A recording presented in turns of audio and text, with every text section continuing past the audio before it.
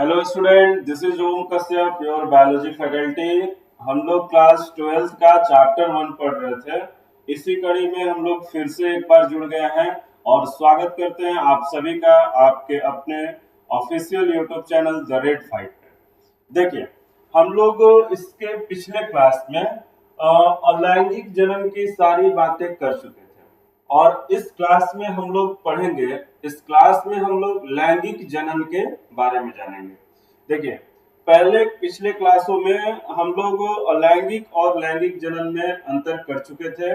उसी के आधार पे हम लोग एनसीईआरटी से जो लाइन बाय लाइन या वर्ड बाय वर्ड हम लोग क्या करेंगे, इस लैंगिक जन्म को डिफाइन करेंगे।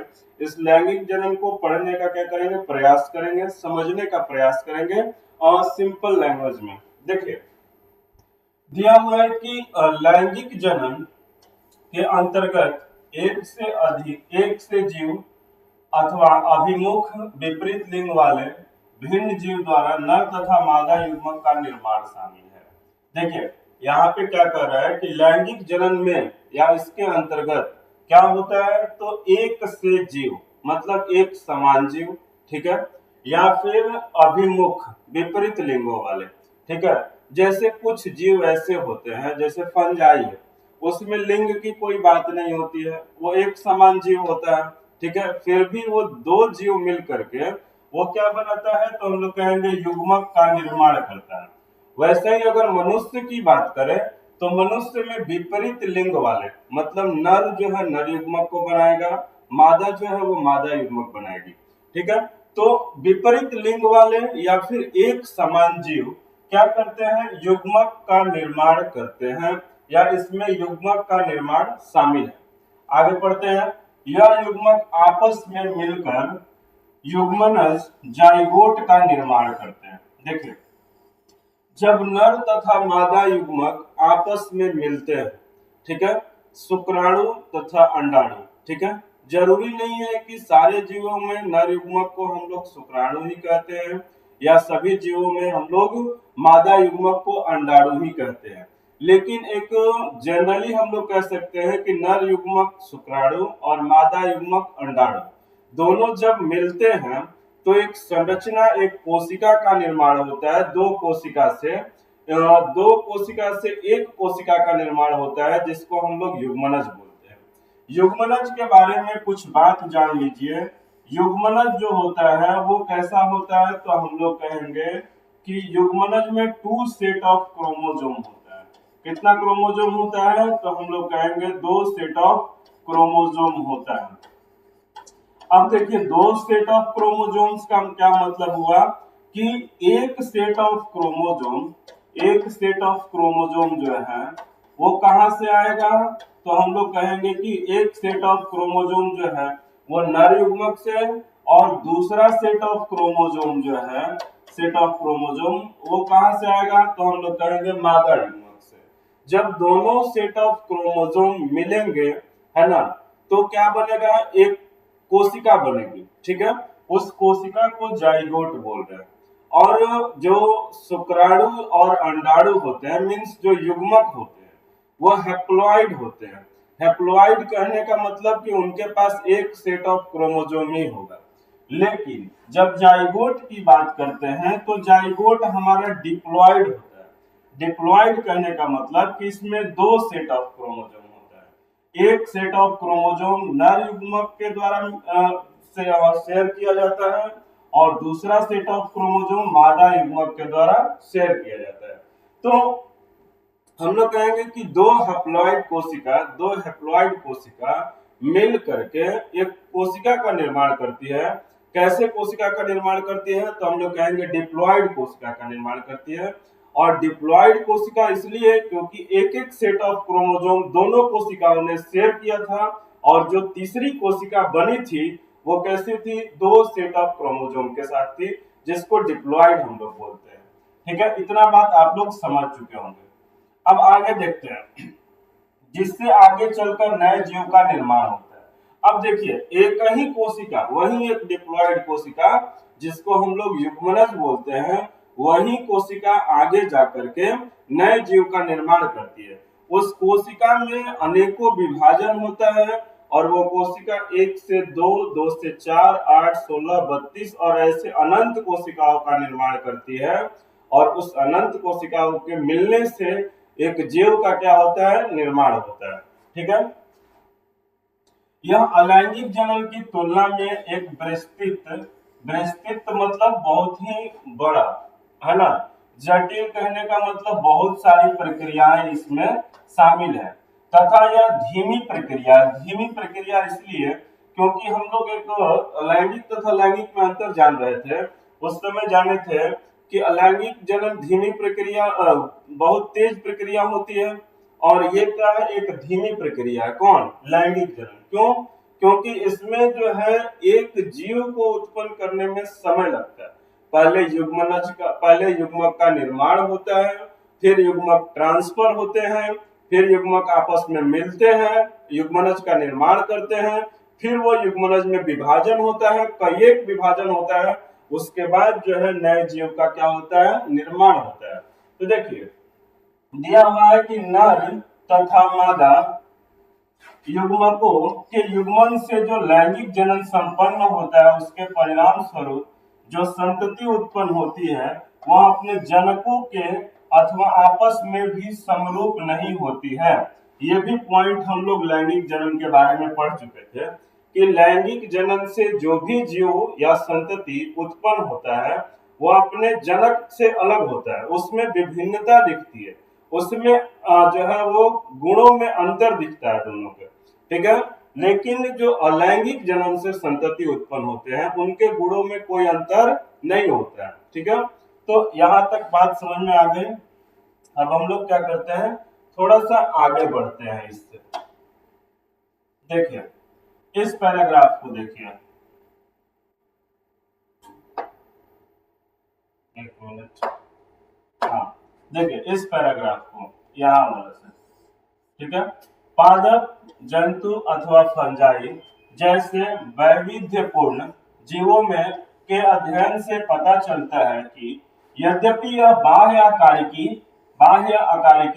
ठीक है, और आंतरिक संरचनाओं तथा शरीर क्रिया विज्ञान में एक दूसरे से अलग है, परंतु जब यह लैंगिक प्रजनन के लिए एक दूसरे के निकट आते हैं तब ये समान पैटर्न को फॉलो करते हैं, एक समान जो है वो कार्य को करते हैं। देखिए बाह्य आकारिकी कहने का मतलब हुआ उनकी बाहरी संरचना या बाह्य संरचना। ठीक है, संरचना। उसके बाद अगर हम लोग बात करें आंतरिक संरचना, मतलब उनके शरीर के अंदर जो अंग है उनके बारे में ये कह रहा है। और शारीरिक क्रिया या शरीर क्रिया कहने का मतलब जो अंग किस प्रकार से काम कर रहे हैं, ठीक है, उसके बारे में कह रहा है। भले ही ये बाह्य आकारिकी मतलब बाहर से बनावट में, आंतरिक संरचना मतलब अंदर के अंगों की संरचना, है ना, और शारीरिक क्रिया शरीर क्रिया में एक दूसरे से अलग है। लेकिन जब ये लैंगिक जनन करने आते हैं, चाहे वो फंजाई हो, चाहे वो पादप हो, चाहे वो जंतु हो, जब ये लैंगिक जनन करने आते हैं तो एक सामान्य कार्य को करते हैं। कैसे सामान्य कार्य को करते हैं, कहने का मतलब हुआ पहले ये युग्मक बनाएंगे, युग्मक बनाने के बाद इनका युग्मक जो है आपस में ट्रांस मिलेगा, युग्मनज का निर्माण होगा, फिर युग्मनज से और विभाजन होगा। ये सारा काम, ये सारा पैटर्न तीनों में एक समान होता है। यही बात को समझाने का प्रयास कर रहा है एनसीईआरटी। ठीक है, चलिए आगे हम लोग देखते हैं दूसरे पैराग्राफ में। हाँ देखिए यहाँ पे हम लोग बोले थे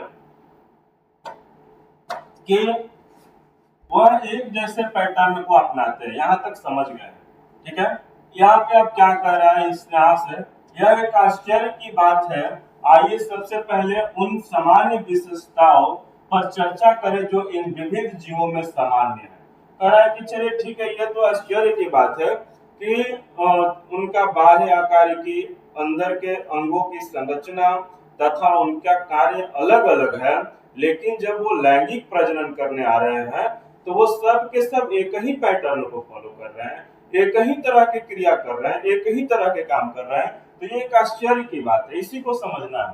देखिए सभी जीव अपने जीवन में वृद्धि, ठीक है, अपने जीवन में क्या करता है, कोई भी जीव वृद्धि करता है, छोटा होता है, छोटा से फिर वो धीरे धीरे एज बाय एज वो क्या होता है, बड़ा होता है। ठीक है, वृद्धि एक निश्चित अवस्था तथा परिपक्वता तक पहुंचते हैं। ठीक है, अब जैसे मनुष्य है, मनुष्य की बात करते हैं, मनुष्य भी एक जीव ही है। ठीक है, तो इसमें क्या होता है, वृद्धि एक निश्चित अवस्था तक होती है कि किशोरावस्था के बाद वृद्धि जनरली रुक जाती है, वृद्धि विकास क्या हो जाता है, रुक जाता है। तो हम लोग कहेंगे कि वृद्धि एक निश्चित अवस्था है ना, उसके बाद क्या होता है, परिपक्वता आने लगती है, परिपक्व होने लगता है, मैचुरेशन आने लगता है ना। इसके पश्चात ही लैंगिक जनन कर सकते हैं। ठीक है, अब देखिए, अब कोई जो है छोटा सा बच्चा है, ठीक है, वो पहले वृद्धि करेगा, किशोरावस्था तक पहुंचेगा, किशोरावस्था में लैंगिक अंगों का विकास होगा और वो लैंगिक जनन के लिए तैयार होगा। उसके बाद वो उसी को परिपक्वता बोलते हैं, जब वो लैंगिक जनन के लिए तैयार हो रहा होता है। ठीक है, उसके बाद जो है वो क्या करता है, तो कहेंगे इसके पश्चात वो क्या करता है, लैंगिक जनन करता है। ठीक है, वृद्धि का यह काल किशोरा अवस्था है ना की प्रवस्था कहलाती है। ठीक है, ये वृद्धि का जो काल है ये किशोरावस्था है, और पादपों में इसको क्या कह देते हैं, कायिक प्रवस्था कह देते हैं। बात समझ में आ गई है। ठीक है, कि कोई भी जीव पहले वृद्धि करता है, वृद्धि करने के बाद परिपक्वता आती है। ये जो विकास का जो, जब वो लैंगिक जनन करने के लिए तैयार हो रहा था, जिसमें दोनों चीज शामिल हो गया, वृद्धि भी शामिल हो गया और परिपक्वता भी शामिल हो गया, तो इसी को क्या बोलते हैं, इसी को हम लोग किशोरा अवस्था, पादपों में पौधों में ये क्या कहलाता है, कायिक प्रवस्था कहलाती है। ये विभिन्न जीवों में अलग अलग अवधि की होती है। अब देखो कि कोई जीव जो है बहुत कम समय में, जैसे गेहूं का पौधा 3 महीने में ही तैयार हो जाता है, उसमें जो कायिक प्रवस्था है जल्दी आ जाती है। मनुष्य में जो है वो 13 से 19 साल लग जाता है किस चीज में, इस अवस्था को अचीव करने में। तो हम लोग कहेंगे ये विभिन्न जीवों में अलग अलग अवधि की होती है। ठीक है, विभिन्न जीवों में क्या होती है, ये अलग अलग समय की होती है, अलग अलग अवधि की होती है। ठीक है, अब देखिए आगे बढ़ते हैं हम लोग। देखिए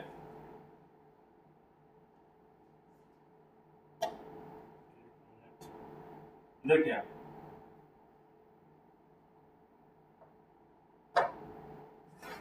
हम्म, देखिए, किशोरावस्था कायिक प्रवस्था की समाप्ति ही जनन अवस्था का आरंभ है। पहले ही बता दिए कि जब किशोरा अवस्था चल रहा होता है या पादपों में कायिक अवस्था चल रहा होता है, उस समय पादप या जीव क्या करते हैं, तो वो खुद को जनन करने के लिए तैयार करते हैं।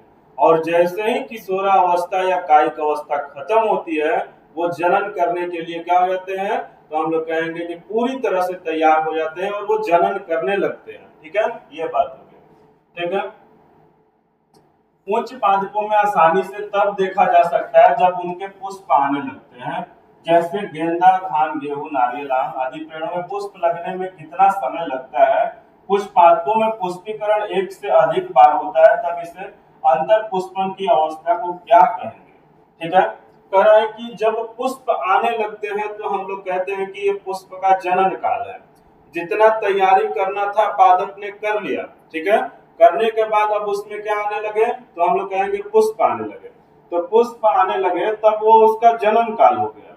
तो कह रहा है कि अगर मान लो किसी पौधे में पुष्प एक बार ही जीवन काल में नहीं आए, एक वर्ष में बार बार पुष्प आए, ठीक है, तो क्या उसको किशोरा अवस्था कहेंगे, नहीं। इसके बीच का, जैसे एक बार फूल आया है ना, एक बार फूल आ गया, ठीक है, शुरुआत में जो आया यही ना किशोरा अवस्था था, यही वाला पीरियड जो है वो किशोरा अवस्था था।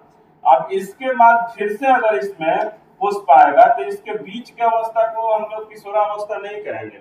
इसलिए नहीं कहेंगे कि इस समय ये जनन की तैयारी नहीं कर रहा है, ये पूरी तरह से जनन के लिए क्या है, तैयार है।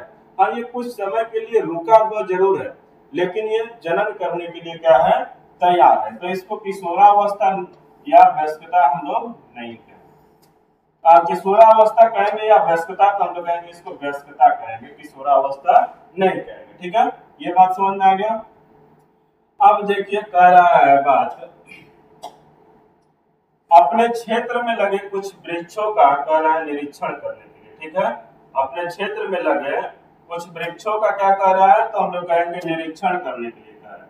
देखिए, अपने क्षेत्र में लगे कुछ वृक्षों का निरीक्षण करो। क्या प्रतिवर्ष इन वृक्षों में उसी माह में पुष्प लगते हैं जिस माह में पिछले वर्ष लगे थे? आप ऐसा क्यों सोचते हैं कि आम कटहल आदि जैसे फल मौसमी होते हैं। क्या कुछ पादप ऐसे भी हैं जिनमें वर्ष भर पुष्पीकरण होते रहता है? कह रहा है कि आप जो अपने आसपास अलग अलग पादप को देखते हैं तो देखने में हमें दो तरह के पादप दिखाई देते हैं जनरली। ठीक है, कौन कौन से पादप? तो एक जो है वो अपने मौसम में ही क्या करता है, पुष्प उनमें आते हैं, जैसे कि आम हो गया। ठीक है, उसके अलावा जो है हम लोग कह सकते हैं कि कदम का पौधा हो गया। उसके अलावा जो है और भी बहुत सारे पौधे हैं जो एक निश्चित समय में ही उनमें पुष्प आता है और एक निश्चित समय में ही फल आता है। गर्मी के दिनों की शुरुआत होती है, आम में जो है वो क्या आने लगता है, फूल आने लगता है और बाद में फल आने लगता है। अमरूद बरसात के दिनों में उसमें क्या होता है, तो हम लोग कहेंगे कि किसी किसी पौधों में क्या होता है कि पुष्पीकरण वर्ष के एक निश्चित काल में होता है। ठीक है, और किसी किसी में सालों भर चलते रहता है। जैसे बहुत सारे पुष्पी पौधे हैं, फूल के पौधे जिनमें फल नहीं आता है, उनमें पुष्प जो है वो क्या होता है, तो हम लोग कहेंगे उनमें पुष्प पूरे लाइफ लॉन्ग तक या फिर बोल सकते हैं कि वर्ष भर आते रहता है। ठीक है, तो यहाँ तक किसी को कोई प्रॉब्लम नहीं। देखिए, तो दिया हुआ है जिनमें वर्ष भर पुष्पीकरण होते रहता है तथा कुछ में मौसम के आधार पर पुष्प निकलते हैं। पादप वार्षिक तथा द्विवार्षिक किस्मों के होते हैं। तो देखिए, वार्षिक किसको बोलेंगे, तो कहेंगे कि जो क्या कर रहे हैं, तो कहेंगे वर्ष में एक बार जो है वो पुष्प दे रहे हैं। द्विवार्षिक किसको बोलेंगे, जो वर्ष में दो बार पुष्प दे रहे हैं, वो द्विवार्षिक हो गए। ठीक है, यही सब स्पष्टता कायिक जनन और जन्यमान प्रवस्थाओं को प्रदर्शित करता है। जन्यमान क्या होता है, तो हम लोग कहेंगे कि ये सेनेसेंस स्टेज होता है। बोलेंगे कि जब पादप जो है, जिसका पादप का जनन अवस्था खत्म हो गया, खत्म होने के बाद अब वो जन्यमान जो है अवस्था में चला जाएगा, वो धीरे धीरे बूढ़ा होने लगेगा और वो मृत्यु के कगार पे पहुंच जाएगा। ये बात हो गया। दिया हुआ है बहुवर्षीय जातियों में इन प्रस्थाओं को स्पष्ट रूप से परिभाषित करना कठिन होता है ना। जो बहुत वर्षीय जातियां हैं, जो बहुत लंबे वर्ष तक जो है वो जिंदा रहती हैं, उनमें इस प्रवस्था को जो है वो स्पष्ट करना थोड़ा सा क्या रहता है, मुश्किल हो जाता है। ठीक है, आगे देखिए। कुछ पादपों में असामान्य रूप से पुष्पीकरण की क्रियाविधि को प्रदर्शित करते हैं। इनमें से कुछ जैसे बांस। अब देखो, वार्षिक, द्विवार्षिक, ठीक है, बहुवर्षीय पुष्प, है ना। तो हम लोग कहेंगे कि एक वर्ष में एक बार पुष्प दे रहा था, कुछ पौधे वर्ष में दो बार पुष्प दे रहे थे। किसी किसी पौधों में पुष्प देने की कोई फिक्स टाइमिंग नहीं होती है कि वर्ष में इसी महीना में देगा, वर्ष में एक ही बार देगा। ये अलग तरह का जो है वो पुष्पीकरण करते हैं। जैसे बांस का पौधा है, ये ऐसा पौधा है जो 50 से 100 वर्षों के बाद केवल एक बार पुष्प पैदा करता है। ठीक है, अब देखो, हम लोग कोई पौधा लगाते हैं तो लगाने के बाद वो उसका जनन अवस्था, कायिक अवस्था आता है, फिर वो जनन अवस्था आता है, उसमें पुष्प आता है, फिर अगले साल पुष्प आता है, फिर अगले साल पुष्प आता है। लेकिन बांस का पौधा अगर हम लोग लगा रहे हैं तो उसमें हम लोग क्या देखेंगे कि उसमें 50 से 100 वर्षों के बाद, है ना, लगाने के 50 से 100 वर्षों के बाद एक बार पुष्प पैदा करेगा और खूब बहुत अधिक मात्रा में पुष्प पैदा करेगा। और पुष्प पैदा करने के बाद वो क्या हो जाएगा, पौधा मर जाएगा। ठीक है, ये बात समझ में आ गई। तो एक अनियमित काल भी हो सकता है, एक फिक्स काल नहीं हो सकता है। ठीक है, आगे देखिए।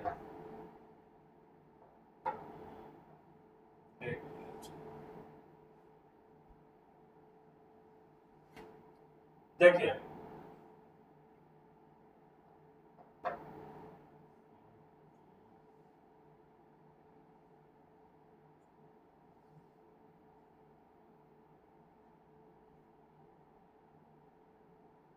देखिए, हाँ, 50 से 100 वर्षों के बाद केवल एक बार पुष्प पैदा करते हैं।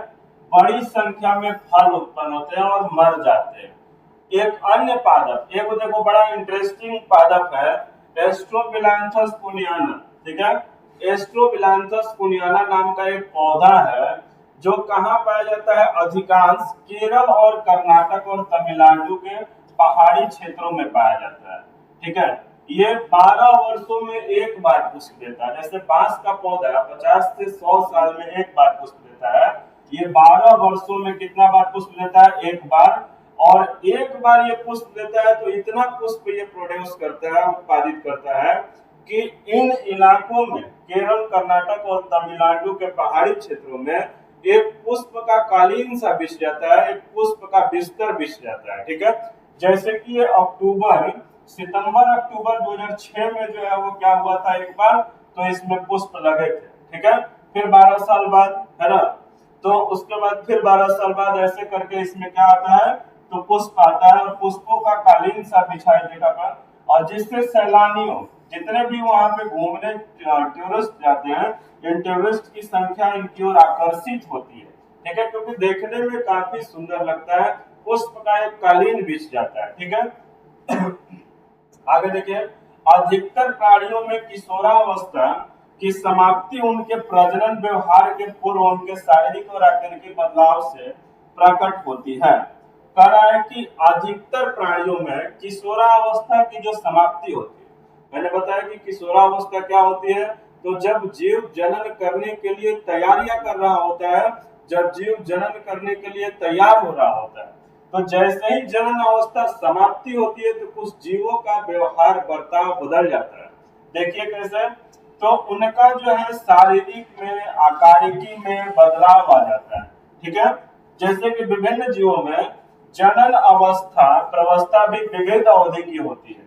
ठीक है, तो ये एक पॉइंट यहाँ नोटेबल है, इसको आप नोट कर सकते हैं। कौन सी बात, कि जैसे ही किसी किसी प्राणियों में किशोरावस्था खत्म होती है, किशोरावस्था के खत्म होने के बाद क्या होता है, तो उनके व्यवहार में, उनके शारीरिक बनावट में, उनके आकारिकी में कुछ बदलाव आता है। ठीक है, तो देखिए आगे हम लोग बढ़ते हैं।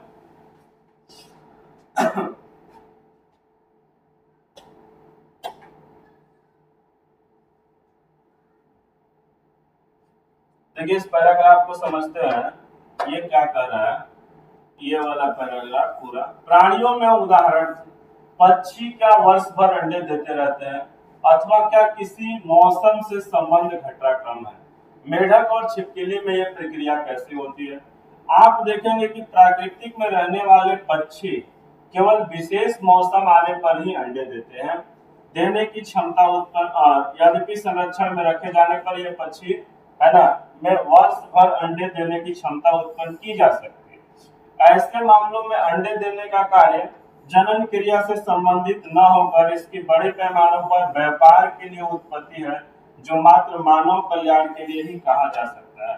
कह रहे हैं कि आप उदाहरण के लिए पक्षी क्या जो है, जितने भी बर्ड्स है ना, क्या वो वर्ष भर अंडे देते हैं, है ना, या फिर हम लोग ये कह सकते हैं कि किसी मौसम पे उनका जो अंडा देने का जो क्रिया होता है, अंडा देने का जो घटनाक्रम होता है, क्या वो किसी मौसम पे आधारित होता है। ठीक है, या हम लोग कह सकते हैं कि अगर हम लोग उनको अच्छे संरक्षण में रखें या उनको जो है उनके प्रजनन कराने में मदद करें, तो क्या वो वर्ष भर अंडे दे सकते हैं। ठीक है, तो ये जो है उत्पन्न करने की क्षमता जो है, वर्ष भर अंडा देने की जो उत्पन्न करने की क्षमता है, उसको उत्पन्न किया जा सकता है। लेकिन जनरली जो जीव करते हैं, वो अपने जो जब उनको क्या करता है, अंडा देना होता है, तो वो एक अपने अनुकूल मौसम के आधार पर ही क्या करना पसंद करते हैं, अंडा देना पसंद करते हैं। लेकिन इस क्षमता जो है, उनको वर्ष भर अंडा देने की जो क्षमता है, उसमें उत्पन्न किया जा सकता है। ये बात एनसीईआरटी कह रहा है इस पैराग्राफ में। ठीक है, सब बहुत ही सिंपल जो है वो पैराग्राफ है, जिसको हम लोग पढ़ रहे हैं अभी।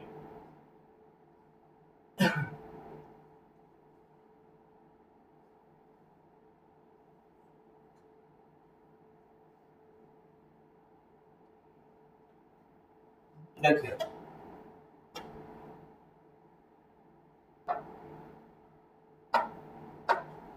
देखिए जनन प्रस्ताव के दौरान अपरास्तनी मादा के अंडाशय की सक्रियता में चक्रिक तथा सहायक वाहिकाओं और हार्मोन में परिवर्तन आने लगते हैं। बोल रहा है कि जनन प्रवस्था जब आता है, तो मानव के अंडाशय में या फिर कोई भी जीव के अंडाशय में क्या होता है, कुछ चक्रीय बदलाव आने लगता है ना, कुछ साइक्लिक चेंज आने लगता है। अब उस साइक्लिक चेंज का क्या रिजल्ट होता है, अंडाशय में कुछ चक्रीय बदलाव आने लगता है ना। और कुछ जो है वो ये क्यों होता है, तो हम लोग कहेंगे कि सहायक वाहिकाएं सक्रिय हो जाती है, हार्मोन लेवल में परिवर्तन हो जाता है ना। उसके बाद नन प्राइमेट स्तनधारियों जैसे गाय, भेड़, चूहा, हिरन, कुत्ता आदि में देखो जितने भी जीव जिनका ये नेल जो होता है, नाखून, ये कर्व होता है, घुमावदार होता है, उनको हम लोग नन प्राइमेट बोलते हैं। और जिनका नेल नाखून जो है वो फ्लैट होता है, उसको हम लोग प्राइमेट बोलते हैं। तो नन प्राइमेट में क्या होता है, तो हम लोग कहेंगे कि अंडाशय में कुछ चक्रीय बदलाव होता है। ये बदलाव जो है सबसे पहले अंडाशय के सहायक ग्रंथियों से शुरू होता है। उसके बाद जो है हम लोग कहेंगे कि अंडाशय का जो हमारे सहायक वाहिका है, हार्मोन लेवल है, ये सब में बदलाव होने लगते हैं, जिसके कारण अंडाशय में तो बदलाव होता ही है, जीव के गर्भाशय के दीवार में भी बदलाव होने लगता है। और उसमें जो गर्भाशय की दीवार है उसमें कुछ जो चक्रीय बदलाव होता है उसको नन प्राइमेट में मध्य चक्र बोलते हैं, स्ट्रेस साइकिल और स्ट्रेस साइकिल कहते हैं। ठीक है, क्या होता है कि गर्भाशय की दीवार टूटने लगती है और टूटने के साथ साथ वो सूख जाती है अंदर में ही, है ना। तो इसको हम लोग मध्य चक्र बोलते हैं। ऐसा केवल किसमें होता है, तो हम लोग कहेंगे प्राइमेट में होता है ना, नॉन प्राइमेट में होता है। जबकि जो प्राइमेट है जिनका नेल फ्लैट है, बंदर, एप्स, मनुष्य, इसी चक्र को खाली नाम चेंज है, ऋतुस्राव चक्र बोलते हैं। इसमें क्या होता है कि जो अंडाशय में चक्रीय बदलाव तो हुआ ही, साथ में गर्भाशय में भी कुछ चक्रीय बदलाव होगा और गर्भाशय में बदलाव होने के कारण गर्भाशय की दीवार टूटेगी और टूट करके वो क्या होगी, बाहर आएगी, जिसको हम लोग मेंस्ट्रुअल साइकिल या पीरियड्स बोलते हैं जनरली मनुष्य में। तो ये हो गया अपने पास ऋतुस्राव चक्र, ठीक है। लेकिन इसी बात को नन प्राइमेट में मध्य चक्र बोलते हैं। एक अंतर है कि ये मध्य चक्र केवल जो है, केवल और केवल जो है नन प्राइमेट में हीट पीरियड में होता है, जब उनको जनन करना होता है उस पीरियड को हीट पीरियड बोलते हैं। तो ये केवल हीट पीरियड में होता है। लेकिन ऋतुस्राव चक्र हमेशा होता है, मतलब हर मंथ में होता है मनुष्यों में। लेकिन अंतर, एक और अंतर है कि मध्य चक्र जो है इसमें गर्भाशय की दीवार टूट करके अवशोषित हो जाती है शरीर के अंदर ही, लेकिन ऋतुस्राव में चक्र में गर्भाशय की दीवार टूट करके बाहर निकल जाती है। ठीक है, चलिए इसके आगे बढ़ते हैं। अधिकांश स्तनधारियों विशेषकर जो प्राकृतिक रूप से वनों में रहते हैं, अपने जनन प्रावस्था के दौरान अनुकूल परिस्थितियों में ऐसे चक्रों का प्रदर्शन करते हैं। एक बात और कोई भी जीव जो वनों वगैरह में रहते हैं ये कब करते हैं, जब उनको अनुकूल स्थिति मिलता है तब ये करना पसंद करते हैं। प्रतिकूल स्थिति में ये इस तरह का कार्य नहीं करते हैं। ठीक है, इसी कारण इस ऋतुनिष्ठ अथवा मौसमी प्रजनक कहते हैं। इसीलिए इनको क्या बोलते हैं, ऋतुनिष्ठ, है ना। जैसे मान लो कुत्ता, है ना, कुत्ता जो है वो ठंड के दिनों में प्रजनन करता है, ज्यादा देखा जाता है ना। तो इसलिए इनको क्या बोलते हैं, ऋतुनिष्ठ या मौसमी प्रजनक कहते हैं, क्योंकि जब तक इनको अनुकूल परिस्थिति नहीं मिलेगी ये प्रजनन नहीं करेंगे, तो इनको ऋतुनिष्ठ या मौसमी प्रजनक बोलेंगे। लेकिन मनुष्य अपने पूरे जीवन काल में प्रजनन करने की क्षमता रखता है, इसीलिए इसको सतत प्रजनक बोला जाता है। मनुष्य में प्रजनन करने का कोई मौसम नहीं होता है, कोई टाइम नहीं होता है, वो कभी भी क्या कर सकता है, प्रजनन कर सकता है। इसलिए इसको क्या बोलते हैं, सतत प्रजनन। तो यहाँ तक बात समझ में आ गई होगी। आगे बढ़ते हैं हम लोग।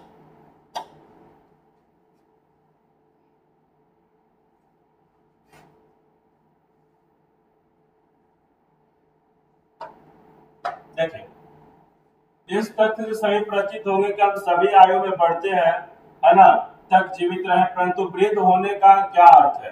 प्रजनन आयु की समाप्ति को जीर्णता या वृद्धता के मापदंड के रूप में माना जा सकता है ना। शरीर में जीवन अवधि के अंतिम चरण में सहवर्ती परिवर्तन जैसे उपापचयों का मंद गति से होने लगता है, वृद्धावस्था अंतर मृत्यु तक ले जाती है। सबसे पहले किशोरावस्था थी, फिर जनन प्रावस्था आई, है ना। जनन प्रावस्था खत्म होते ही जीर्णता, जीर्णता या उसी को क्या बोलते हैं हम लोग, उसी को बोलते हैं वृद्धावस्था। ठीक है, माना जा सकता है इसी को वृद्धावस्था। जब जन्म काल खत्म होता है, जनन करने की क्षमता खत्म हो जाती है, तो वो जीर्णता या वृद्धावस्था कहलाने लगती है। इस समय में हमारे शरीर में कुछ बदलाव होते हैं, है ना। हमारे उपापचयों का मंद हो जाना, है ना। हमारे अंदर जो रिएक्शन होते हैं बॉडी में जो केमिकल रिएक्शन होते हैं, वो धीरे धीरे सब कुछ धीमा पड़ने लगता है ना। लास्ट में क्या हो जाता है, तो हमारे अंग धीरे धीरे काम करना बंद कर देते हैं, और जब फाइनली हमारे पूरे ऑर्गन काम करना सीज हो जाते हैं, तो हमारी क्या हो जाती है, डेथ हो जाती है, मृत्यु हो जाती है। ठीक है, परमानेंटली जैसे ही हमारे ऑर्गन सीज होते हैं सभी के सभी, तो वो क्या हो जाता है, हमारा डेथ हो जाता है। ठीक है, चलिए, पादप और प्राणियों में दोनों में ही तीनों प्रवस्थाओं के बीच संक्रमण के लिए हार्मोन उत्तरदायी पाए गए हैं। हार्मोन तथा कुछ विशेष पर्यावरणीय कारकों के बीच परस्पर क्रियाएं जीवों में जनन क्रियाओं तथा व्यवहारिक अभिव्यक्ति। देखिए, कह रहे हैं कि ये जो तीनों अवस्था है, ठीक है, इसमें कौन रहा है इन अवस्थाओं को, तो हम लोग कहेंगे कि हार्मोन है या फिर पर्यावरण का कारक है, जो इन अवस्थाओं को किसी जीव के अंदर लाने में क्या कर रहा है, मदद कर रहा है, चाहे वो पादप हो चाहे वो जंतु हो। तो यहाँ तक की बातें सबको समझ में आई कि नहीं आई? होप कि जितने भी बच्चे हमारे साथ जुड़े हैं वो इन बातों को बहुत अच्छे से समझ पा रहे होंगे। अगर नहीं समझ पा रहे हैं तो आप हमें डायरेक्ट मैसेज भी कर सकते हैं, और कमेंट बॉक्स में क्या कर सकते हैं, तो इस अपने प्रॉब्लम को मेंशन कर सकते हैं, ताकि हम लोग अवेयर हो कि कहाँ पे प्रॉब्लम हो रहा है या फिर कहाँ पे हमें और जो है वो इम्प्रूव करने का जरूरत है। देखिए, अब हम लोग जो है वो लैंगिक जनन की कुछ घटनाओं के बारे में जानेंगे, कुछ घटनाएं के बारे में जानेंगे। ठीक है, तो पहले परिपक्वता अवस्था प्राप्त करने के पश्चात सभी लैंगिक जनन करने वाले जीव कुछ घटनाएं या प्रक्रियाएं प्रदर्शित करते हैं, जिनमें महत्वपूर्ण मूलभूत समानता होती है। यद्यपि लैंगिक जनन में संबंध रचनाएं जीवों में एकदम भिन्न होती है। यद्यपि विस्तृत और जटिल होने के बावजूद जीवों में लैंगिक जनन की घटनाएं एक नियमित क्रम का अनुपालन करती है। ठीक है, कह रहा है कि बता दिए ये पॉइंट पहले भी कि लैंगिक जनन में जो भी जीव करते हैं, भले ही वो अलग अलग आकार के, अलग अलग जो है आंतरिक संरचना के होते हैं, लेकिन उनमें लैंगिक जनन की जब बात आती है तो कुछ समानता मिलता है। ठीक है, फिर भी ये एक विस्तृत और जटिल प्रोसेस है लैंगिक जनन। इसके बावजूद भी जीवों में लैंगिक जनन की घटनाएं एक नियमित क्रम का अनुपालन करती है। एक क्रम के अनुसार जो है लैंगिक जनन की क्रिया है जो है वो क्या करती है, तो हम लोग कहेंगे अनुपालन करती है, उसको फॉलो करती है। देखिए, आप देखो, क्रमबद्ध कहने का मतलब हुआ कि निषेचन, पहले बता दिए युग्मकों का मिलना क्या कहलाता है, निषेचन कहलाता है। तो निषेचन के पहले कौन सी घटना हुई, उनको हम लोग निषेचन पूर्व घटना बोलेंगे।